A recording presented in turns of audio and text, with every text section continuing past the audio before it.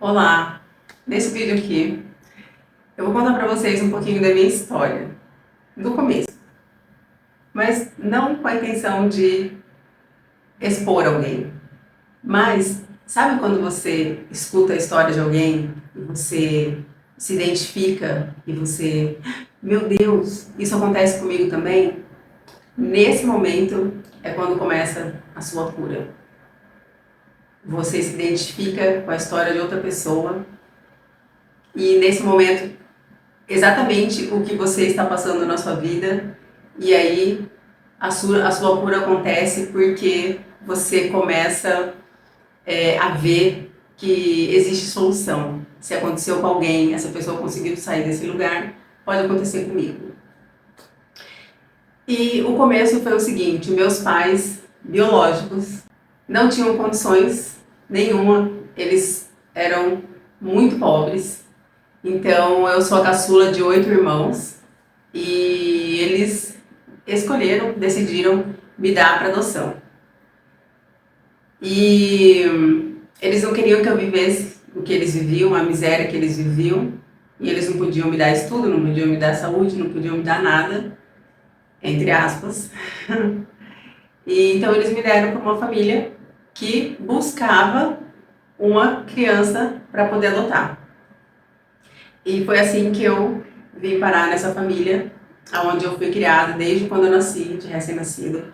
Eu não tive nenhum contato com a minha família biológica depois que eu nasci.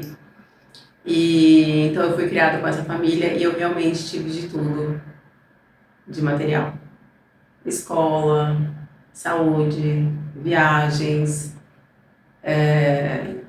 aula de natação, aula de balé, aula de piano, aula de inglês, enfim, tudo de material. Eu tenho 2 irmãos também, ou tinha. Meu irmão mais novo faleceu há 3 anos e eu tenho um irmão mais velho. Eu não sei te dizer se a escolha de nenhuma das partes está certa ou está errada. Aqui eu quero falar de cura, do nosso processo de cura. E é o meu convite para que você olhe para a sua história. Entendendo a sua história, você consegue entender aonde você está hoje, o que você sente, qual é o seu comportamento, quais são os seus resultados. Esse é o objetivo aqui. A questão de ter sido adotada, de ser uma pessoa adotada, nunca foi uma questão. Na verdade, eu nem lembrava. O que eu quero dizer é que nunca sofremos discriminação. Nem na escola, nem na igreja, entre amigos, assim, na sociedade, entre primos, nunca. Nossa criação foi exatamente como normal, com as pessoas que a gente convivia, e com meus primos também, como eles eram criados e como eles se referiam a gente, isso nunca foi uma questão. Mas eu criei um sentimento de abandono e de rejeição. Então eu cresci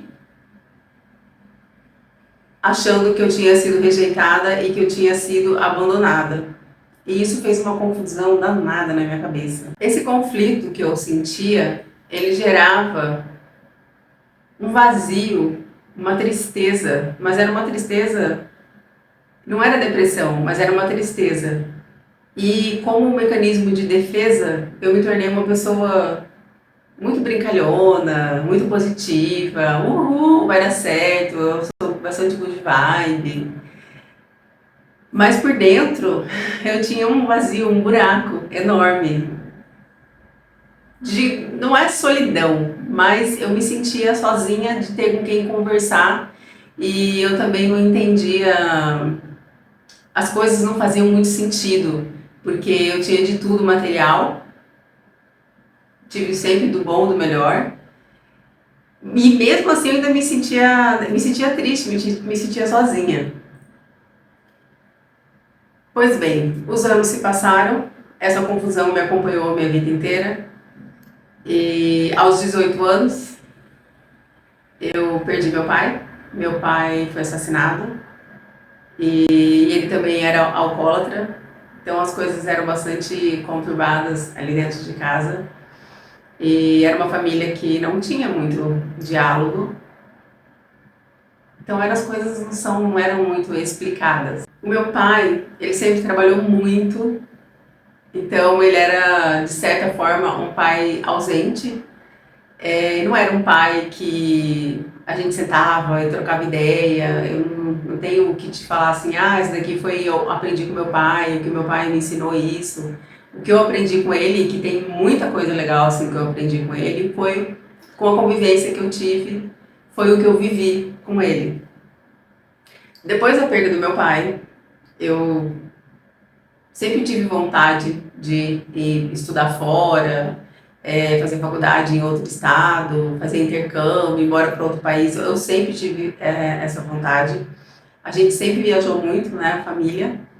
Então, eu acho que isso eu abracei a causa. Eu amo viajar, tenho um espírito bastante aventureiro. E, e com meus 20 anos, logo uns 2 anos depois que meu pai faleceu, eu fui fazer intercâmbio e eu fui embora para a Inglaterra. Era para eu ter ido para os Estados Unidos, mas eu não consegui visto, tentei 2 vezes e eu não consegui ir para os Estados Unidos.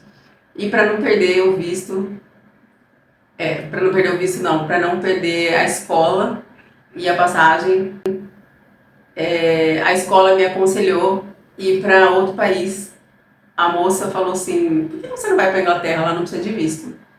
E aí acabou que eu fui para Cambridge, escolhi Cambridge, o que foi muito legal. Foi uma experiência incrível, eu morei em casa de família, o que era para ser um verão, eu acabei ficando 1 ano e 3 meses lá, mas quando eu saí eu já sabia que eu não ia voltar, que eu tinha vontade de ficar por lá. E por que eu estou contando tudo isso para vocês? A minha intenção aqui, o meu objetivo com esse vídeo, falar da minha história, com toda essa minha trajetória dentro da família, eu não me entendia, eu não me encaixava em lugar nenhum. E eu fui embora aqui do Brasil, mas todas as minhas questões foram comigo, na mochilinha. Eu levei minha mochilinha com tudo. Quando a gente não resolve as nossas questões, nossos traumas, as nossas crenças, as nossas dores, as nossas feridas, vai tudo junto. Eu voltei da Inglaterra, cursei 2 anos de publicidade e propaganda, surgiu uma outra oportunidade para mim, para eu ir embora, e eu decidi ir embora de novo, que foi em 99. E ainda, de novo, com as questões não resolvidas, foi tudo acompanhou comigo. Vai a mochilinha com tudo não resolvido. Ó vida, ó céus. Então tudo era muito complicado, tudo era muito difícil, eu complicava as coisas e eu não atraía coisas legais assim para mim. Legais que eu quero dizer assim, o emprego que eu queria, as amizades, relacionamentos, era sempre tudo muito confuso, era tudo muito bagunçado. E até que eu tive que voltar, eu voltei para o Brasil e aconteceu de eu ir outras vezes e voltar. Mas em 2018 eu fui de novo, mas aí foi a diferença.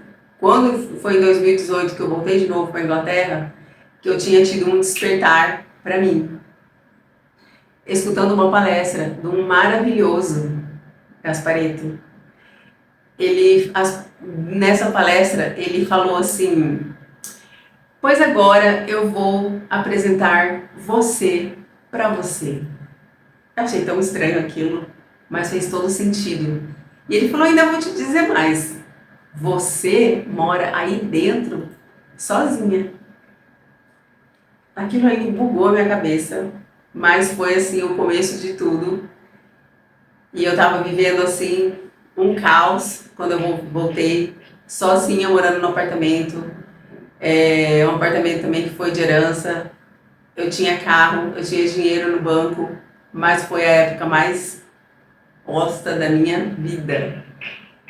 Ali, quando eu vi que eu existia, quando eu entendi que eu existia, que eu podia pensar, desejar, sentir, sonhar que eu é que estava no comando da minha vida, não fazia sentido às pessoas que eu andava. Porque eu me sentia sozinha e eu não tinha vontade de sair.